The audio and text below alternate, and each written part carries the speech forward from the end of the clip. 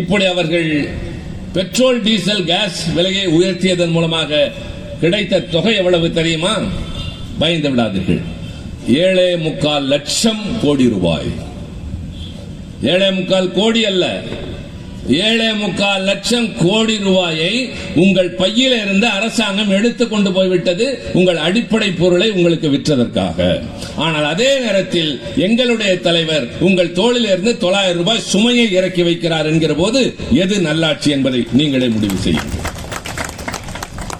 மெல்ல மெல்ல மெல்ல மெல்ல அடுப்புக்கு தேவையான எரிவாயு இன்றைக்கு இன்றியமையாததாக மாறிவிட்டது. அதன் விலை எங்கோ போய் நிற்கிறது, சிறகடித்து பறக்கிறது. பெட்ரோல் டீசல் என்பது தவிர்க்க முடியாத ஒன்று. இருசக்கர வாகனங்கள் என்பவை எல்லோருக்கும் இன்றைக்கு அத்தியாவசியமாக மாறிவிட்டன.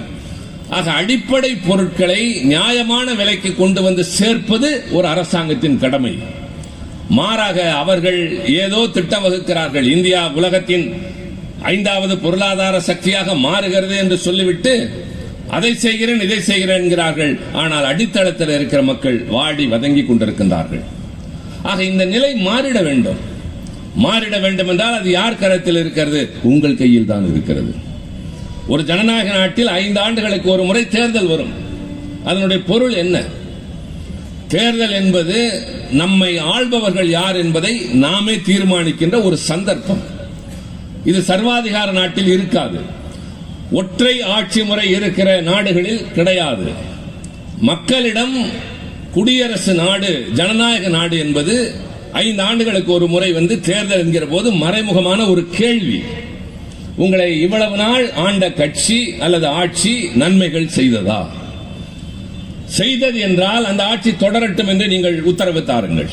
இல்லை, நன்மைகள் செய்யவில்லை, பாதகங்கள் செய்தன, எங்கள் தேவைகளை நிறைவேற்றவில்லை, நாங்கள் வாடினோம் வதங்கினோம் என்று அனுபவம் சொல்லியிருந்தால் இந்த ஆட்சி வேண்டாம் என்று ஒதுக்கி வைத்துவிட்டு வேறு யார் அந்த இடத்திற்கு வந்தால் நலமாக இருக்கும் என்று நீங்களே சொல்லுங்கள்.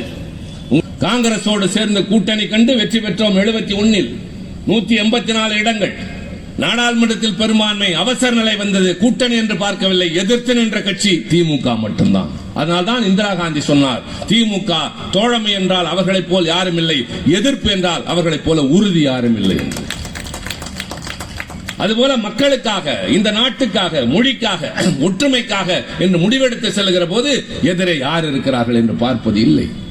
அதே நேரத்தில் அவர்கள் மனங்கோணுகிற பற்றி பேசுவதும் இல்லை. கருத்துக்களில் வலிமை இருக்கும், சொற்களில் அழுத்தம் இருக்கும், ஆனால் யார் மனமும் புண்படாமல் பேசுவோம். இப்போது கூட இந்த பூங்கா நகரில் வந்து உட்கார்ந்திருக்கிற உங்கள் அத்தனை பேருக்கும் நான் கேட்கிறேன், நான் பேச ஆரம்பித்து 1 மணி நேரமாக போகிறது. இவ்வளவு நேரம் பேசினேனே, யாரையாவது நான் கீழ்த்தரமாக பேசினேனா?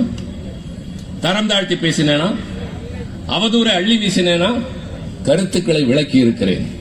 என் கட்சியின் பெருமைகள், எங்கள் தலைவர்களுடைய திறமைகள், நாங்கள் சாதித்தவை, எதிர்க்கட்சிகள் செய்த தவறுகள், இதுதான் அரசியல். காரணம், நாங்கள் அரசியல் கற்பது அண்ணா அறிவாலயத்தில். இங்கே பேசுகிறவன் திருச்சி சிவா அல்ல, திராவிட முன்னேற்ற கழகத்தின் பிரதிநிதி. தளபதியின் தூதுவனாக நாங்கள் நாடாளுமன்றத்திலும் இங்கே மக்கள் மன்றத்திலும் வந்து நிற்கிறோம். எங்கள் வார்த்தைகள் இயக்கத்திற்கு வலிமை சேர்க்க வேண்டுமே தவிர ஒரு அங்குலம் கூட பாதகம் தேடிவிடக்கூடாது. அந்த பொறுப்புணர்ச்சி எங்களுக்கு இருக்கின்றது.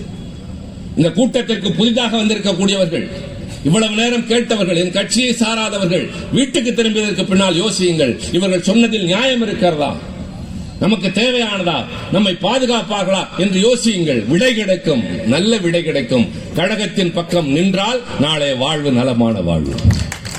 இந்த கூட்டணி வெற்றி பெற்றால், எங்கள் முயற்சிக்கு நீங்கள் துணை நின்றால், உங்கள் பிள்ளைகள் நலமான நாட்டில் நிம்மதியாக நடமாடும், வாழ்வு ஒளிமயமாகும் என்றால் உங்கள் ஆதரவு, உங்களை சேர்ந்தவர்களின் ஆதரவு எங்கள் பக்கம் திரும்பட்டும் என்று கேட்டு இந்த நல்ல வாய்ப்பிற்கு நன்றி கூறி விடைபெறுகிறேன். நன்றி, வணக்கம்.